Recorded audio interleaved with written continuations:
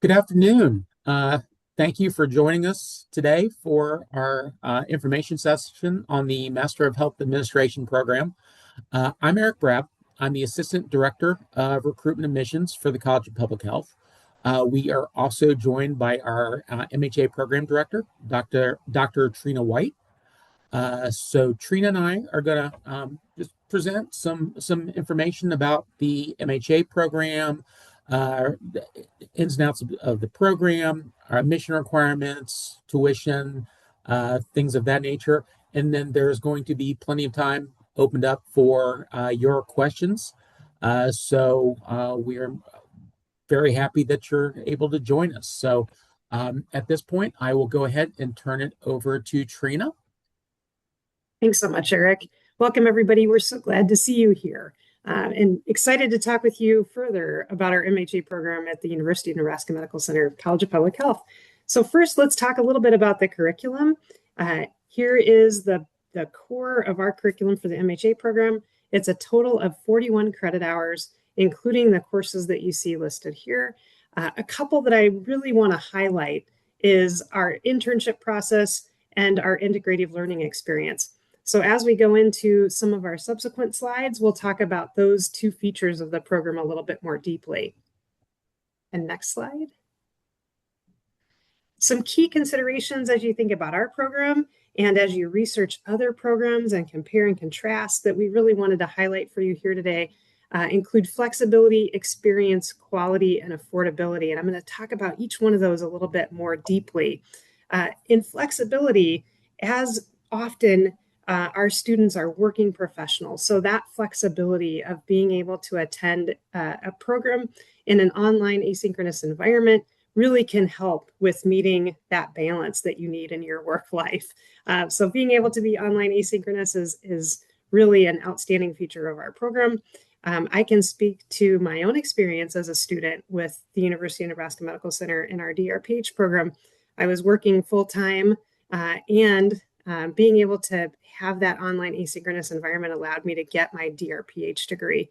If I hadn't been able to attend in an online asynchronous format, I just simply wouldn't have been able to do it. Another feature that we like to think about in that online environment is we are in a classroom without walls. You can take your MHA program from anywhere. And many of our students are across times even across the globe. So being able to be in an online course community is another really great feature of our program. And again, part of that flexibility consideration. Experience is also a key consideration with the MHA program.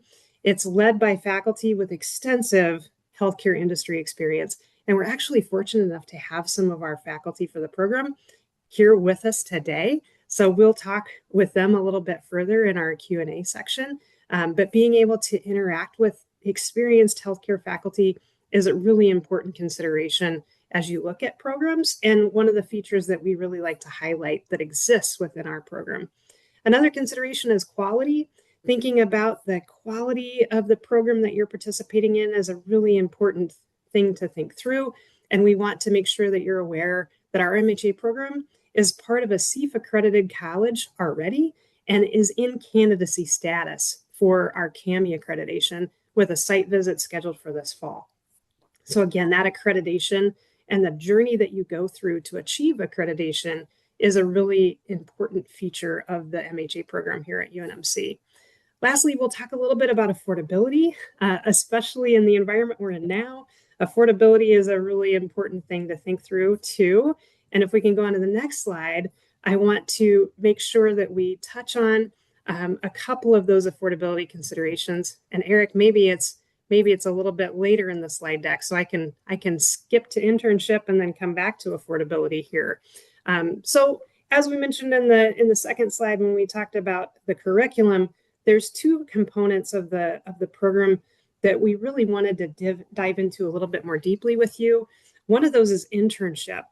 So internship is an opportunity to apply the competencies that you've learned in the classroom environment in an actual healthcare setting. So we here at UNMC help you with selecting and setting up that internship opportunity. And this really can help you apply in a real world environment those competencies and those leadership skills that you're learning about in the program. And we really focused our program on finding a customized internship site for you. So we start working on that with you day one when you're admitted to the program to understand where you may want to do your internship. And we really approach this as an opportunity for a potential career placement as well. It's a great way to showcase you and your skills and also get the foot in the door with an organization or specialty that you may want to practice in as a healthcare leader. I just wanted to give a recent general example of an internship that we've set up for one of our existing students. She is a person in our MHA program who really wanted to be able to practice in women's health specifically. So we were able to customize her internship to an organization in Omaha, because that's where she currently resides, that is 100% focused on women's health. So she's doing her internship there, and that will certainly advance her career readiness to be able to practice in women's health and potentially even at that particular facility. So that's an example of how we customize our internships to you. Another way that we customize our internships to you is that if you are already an experienced healthcare leader, we now have a feature in our program where you can apply to substitute a different course for internship. Internship is really designed to get you that exposure and experience in working as a healthcare leader. So if you already have some of that experience and want to earn your degree, we provide this internship substitution option whereby you can take a different course since you already have that experience in your skill set. If you think that you're interested in this and may actually qualify, I'm also happy to work with you as a part of your application process to see in advance of even considering your acceptance to see if you would qualify. So if you're interested in learning more, interested in seeing whether you may qualify for that internship substitution option, please contact me and we will work through that together. In the next slide, we will talk a little bit about another key feature of our MHA program, which is the integrative learning experience. The ILE has replaced the capstone student for our MHA students. The reason that we did that is because we really wanted to be able to focus on more of the things that we feel MHA graduates need, not just from listening to our current alumni, but also from healthcare leaders currently practicing in the field and our own faculty that are experienced healthcare leaders to see how can we reframe that last course that you take as a part of the program to help us help you be more successful and ready for your career as a healthcare leader. So it really focuses on application and skills that you've gained through your MHA program, as well as building that career readiness. ILE is taken in your last or your graduating semester, and you must complete all your core requirements before you take ILE, but you can take electives with your ILE. And again, we'll work with you, of course, on your course progression so that you're aware of this as you start to enroll and take courses, but just like to showcase it here as well so that you can understand a little bit about what ILE is and how it works with the rest of the curriculum. ILE includes a presentation, incorporates complex case studies that really focus on things like systems thinking and your leadership reflection to help you continue to build as a leader. And it also, again, helps you build your career readiness, including your career readiness portfolio. We'll go on to the next slide. And Eric, I will turn it over to you. And if you want me to jump back in on that affordability slide, I will.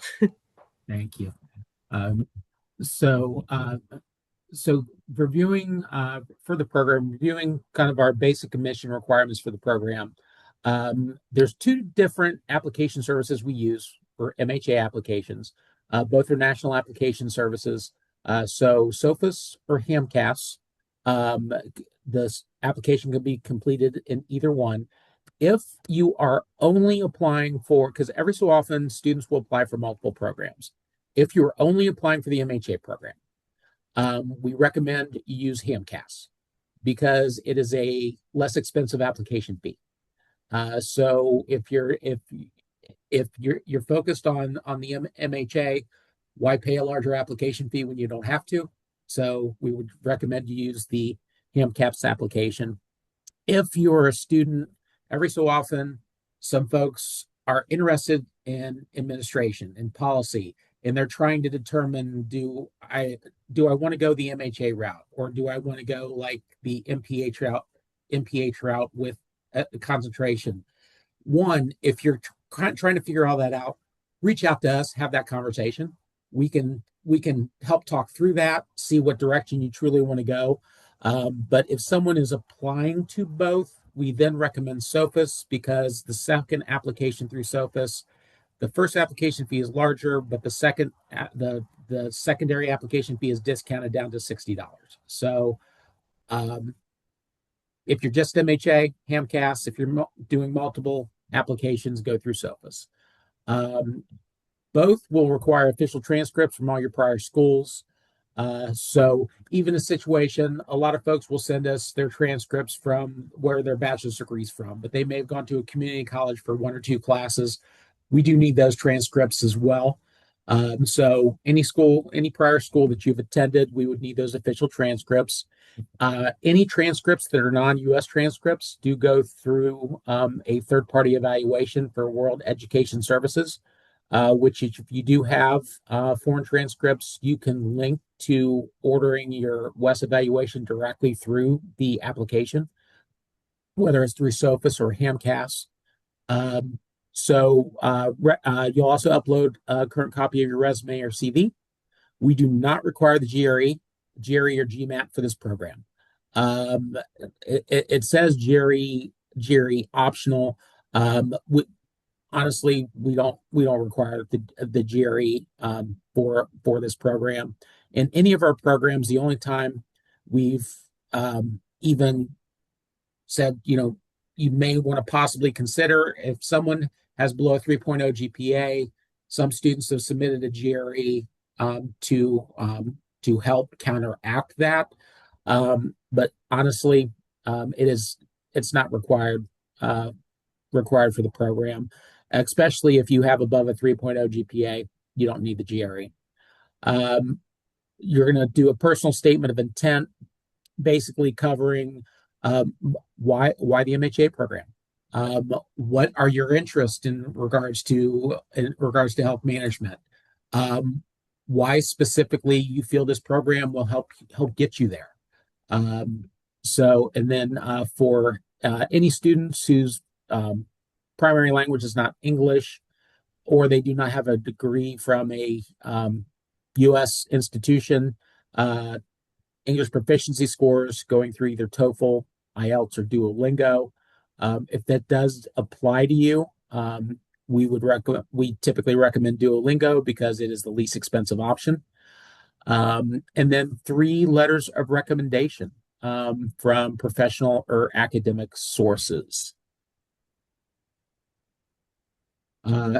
Application deadlines for the program. We admit in both fall and spring for the program. So currently we're admitting for fall. Application deadline is June 1st. We do have a priority deadline for all of our programs of February 15th for scholarship consideration. That does not mean if you apply after February 15th, you will not be considered for scholarships. All that priority deadline is for is, we know if we have your application by February 15th, we can have an admissions decision ready for you and get you access to the scholarship application before the scholarship committees start meeting for the first time around late April, in that ballpark. So again, so if you apply after February 15th, you will still have access to the scholarship application, still be considered for scholarships. Just the earlier you get it in, the sooner we can get you an admissions decision, and you can make sure you get that application complete before they've made any scholarship considerations at that point.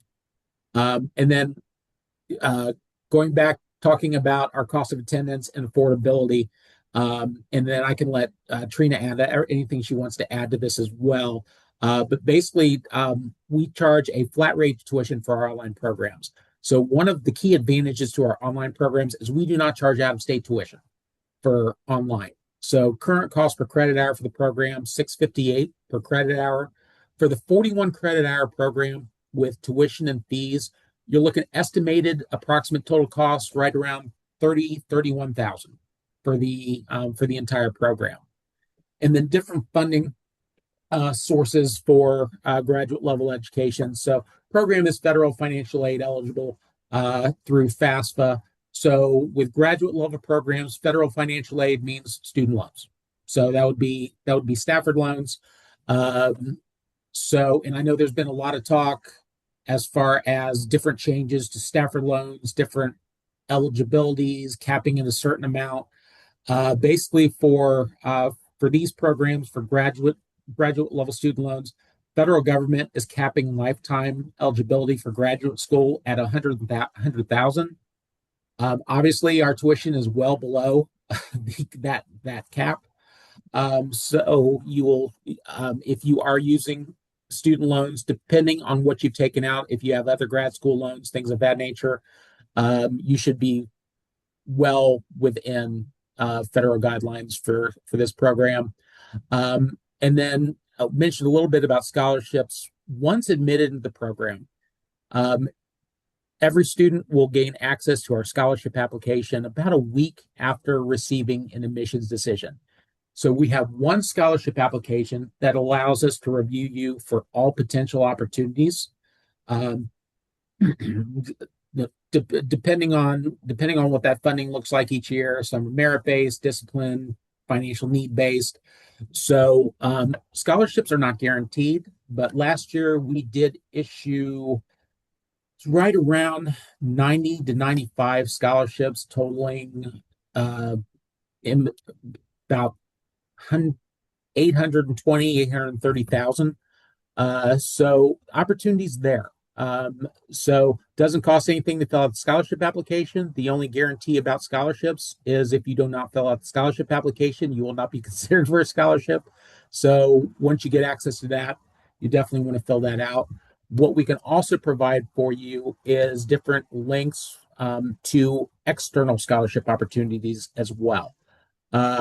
Many external scholarship opportunities go unfunded just because folks don't look for them and take the time to apply for them. We do have students through all of our programs that have received external scholarships as well. I think we can all agree free money is the best money. Any money we do not have to pay back for our education. I am still paying all my student loans for my MBA, so I completely understand where everybody's coming from for that.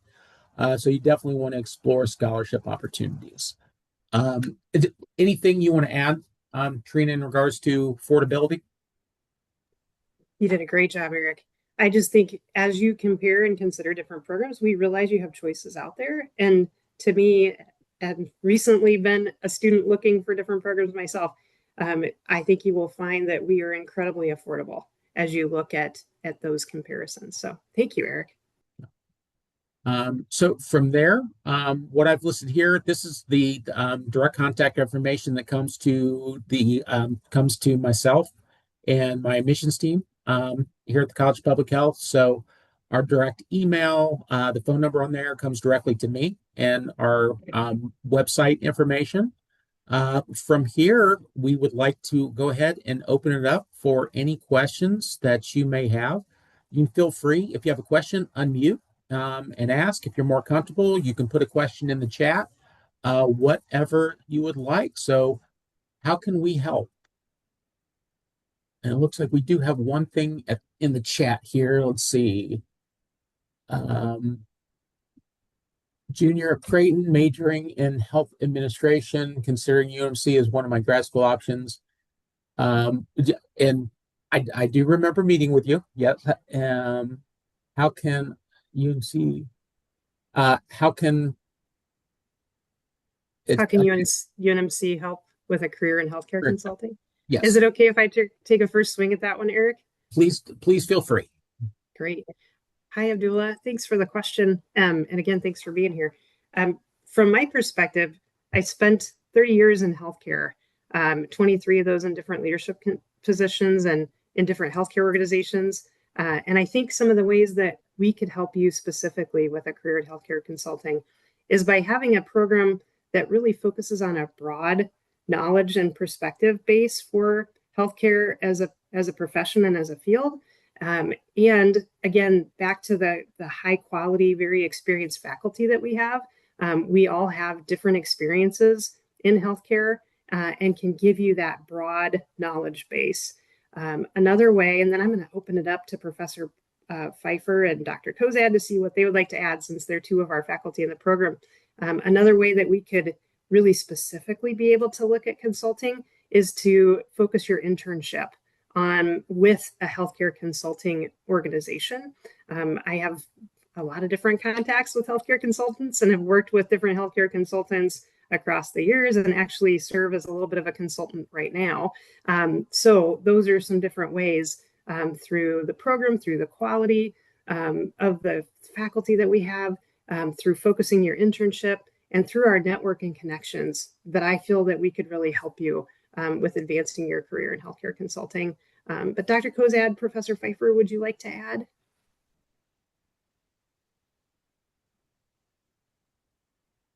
Yeah, I'd just jump in and say, like, I focus on teaching in the health policy class in the MHA, and I think when you think about consulting, understanding the ever-changing policy landscape at a national, state, or local level is really important. And so, at least in that class, we focus on how policy is made, how potentially it can be influenced, and that all ties into kind of what you want to do in terms of healthcare consulting. Yes, this is Brett Pfeiffer, and I guess I have a few more questions about exactly what you mean by healthcare consulting, but because that could be a couple things. But I guess what I would say is that in your question about what can UNMC do for a career there, this is probably true of any program you go to, but clearly having an MHA degree would immediately establish credibility, right? Um, so whoever it is that you might be consulting with, whether you're consulting on your own individually or you're working with a consulting firm, or you're simply representing an organization and consulting on whatever that organization provides in the healthcare space, an MHA is really going to position you from a credibility perspective with the people that you work with. And then above and beyond that, and again, this is probably true of any MHA program, of course, but it also establishes eligibility to pursue fellowship status with the American College of Healthcare Executives. That's the kind of premier organization for healthcare administration. And to be a fellow for that, it requires a master's degree. I will tell you that at UNMC, we have a long history of individuals in the department who have been extremely active in that organization, specifically the Nebraska and Western Iowa chapter. I know Dr. White is currently the president-elect for that chapter. Is that correct, Trina, as of January 1?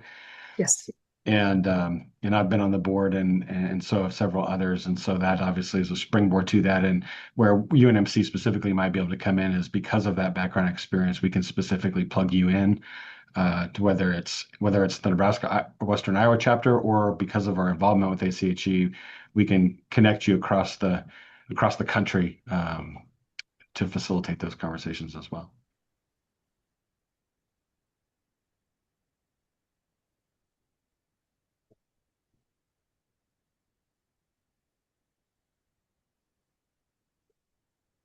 And I can answer that. As far as staying in contact through email, you're more than welcome to stay in contact with any of us through email.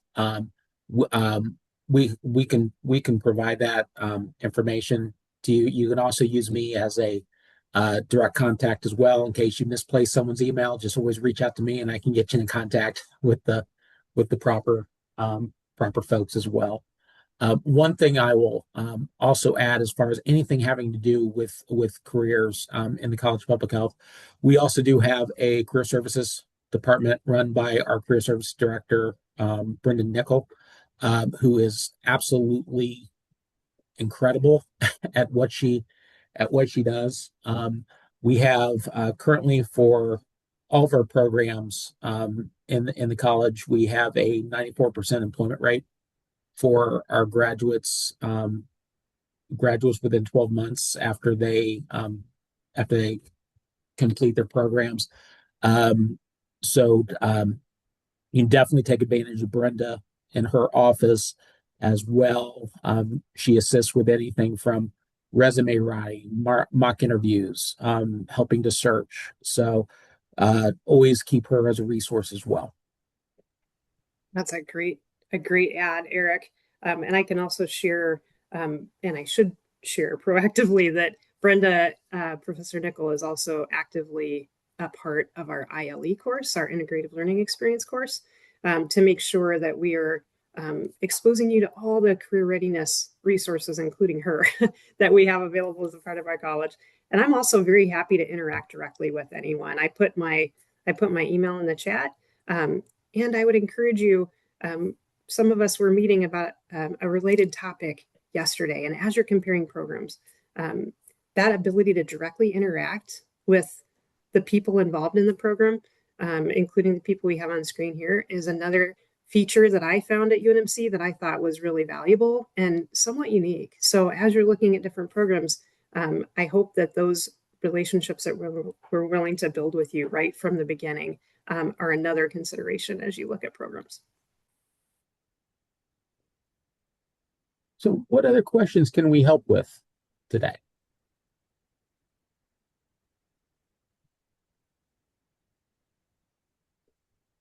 Anything that anybody's curious about program, UNMC as a whole? Anything we can possibly answer for you?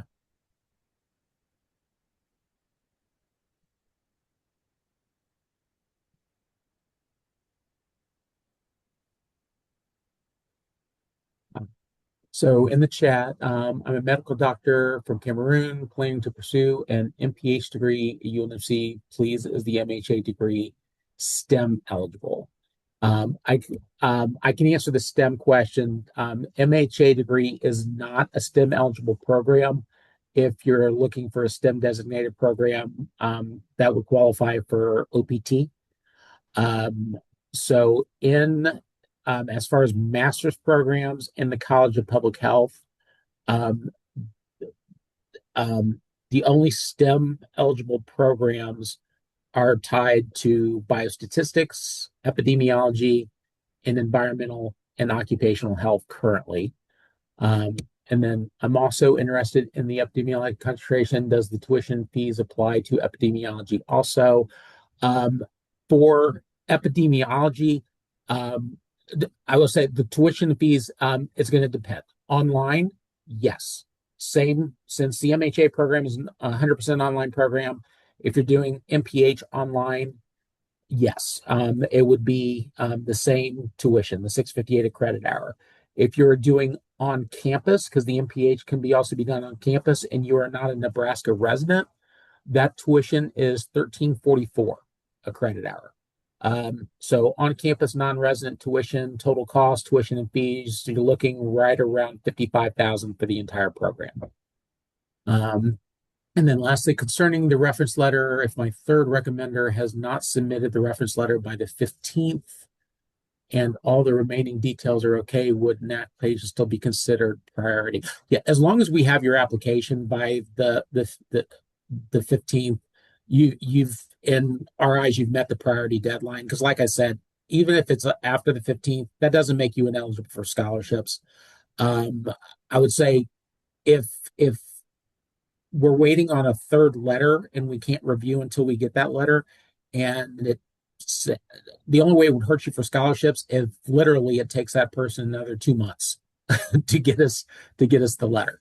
If it's sometime around the 15th, you are absolutely fine.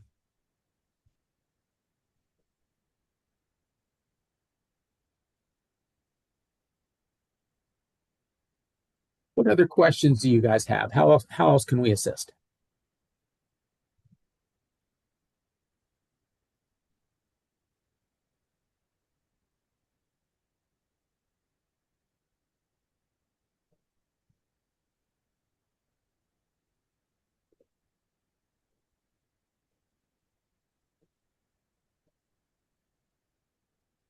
So, does Trina, you or any of the other faculty have anything else you would like to add? If we don't, let's see. Please, can you repeat the full-time tuition fee for epidemiology concentration for on-campus program? Yeah. So on campus epidemiology, is 1,344 per credit hour. So it's a 42 credit hour program. Tuition and fees, you're looking total cost right around 55,000 for the program.